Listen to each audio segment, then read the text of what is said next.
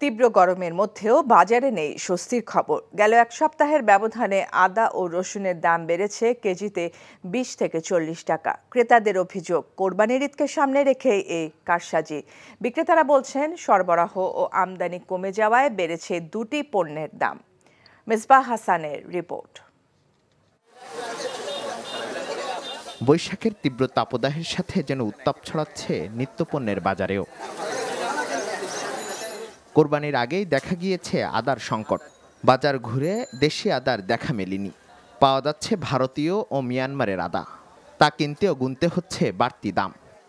রোদে আদা দেয়া লাগায় হয় না, মরে যায়, সেই দিনে আসতেছে না। চিটাগাং থেকে এখন দাম বেশি। রসুন কেজিতে ১০-১৫ টাকা বাড়ছে, আর আদা বাড়ছে ২০ টাকা।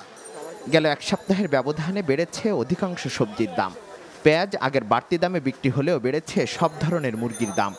রোদের জন্য খামারিরা ঠিকমতো মাল পালতে পারতেছে না, অনেক সময় মরতেছে, অনেক বেশি মরতেছে। বিকাশে কম খরচে ক্যাশ আউটের লিমিট বেড়ে ৫০,০০০। প্রিয় এজেন্টও ২টা। ঈদের ছুটিতে যারা গ্রামের বাড়িতে গিয়েছিলেন সেখানকার তুলনায় রাজধানীতে নিত্যপণ্যের বাড়তি দামে ক্ষুব্ধ ক্রেতারা। ঈদের পরে হঠাৎ করে জানি না কেন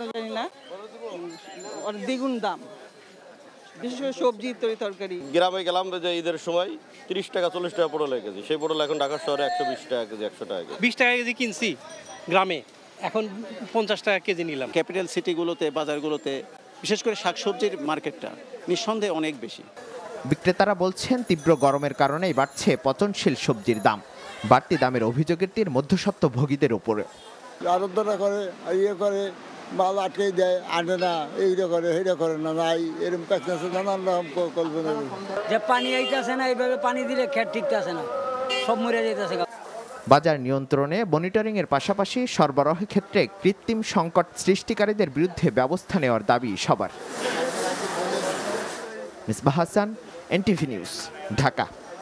বিকাশে কম খরচে ক্যাশ আউটের লিমিট বেড়ে ৫০,০০০। প্রিয় এজেন্টও ২টা।